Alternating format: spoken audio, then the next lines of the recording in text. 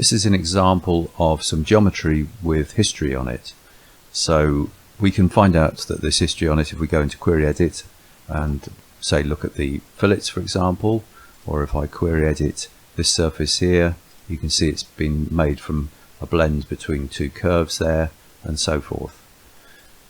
So if we wanted to make a change to one of the block surfaces, then we could do that. We could go into this block here, for example, put our CVs on, and we could try and move the CVs, but because we've got history on everything, it tends to be very slow. Even picking the CVs is slow. So if I try and move those CVs up, it takes a bit of time, and we can't really see what the change is very easily. It's too slow to work with, really. Now what we can do is we can suspend the history on absolutely everything. So if we go up to this history button here, and we can say global suspend, and then all of the history is suspended. So now when I do a change, let's look at this curve down here, for example.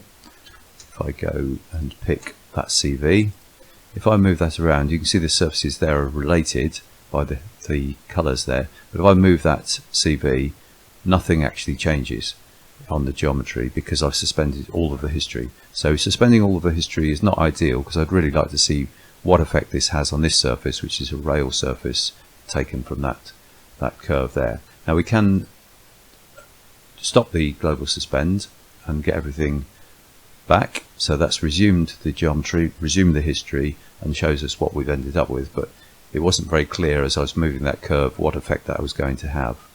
So we can do a Control Z to go back, and one more step. I think there's possibly some others. So that's taken us back to where we were. Now we've got history on, so that's just taken us back to that original state that we had. But if we want to be a bit more subtle about this, and particularly with fillets, they're very heavy to generate in terms of history, what we can do is we can go into this thing called history view, and so this shows us all of the operations that have been used in this geometry very clearly without having to go into Query Edit and guess which ones have got history on and which haven't. So for example, the fillets here, so we've got two types of fillet. We've got surface fillet and symmetric fillet, but I can pick all of those, and I can go up here and I can just suspend the selected history. So it's just going to suspend the history on the fillets rather than anything else.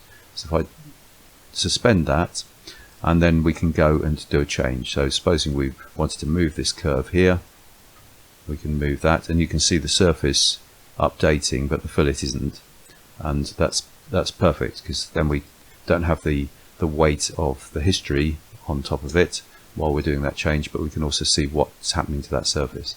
So now if I go back into here and I say global resume, everything will come back with the new position.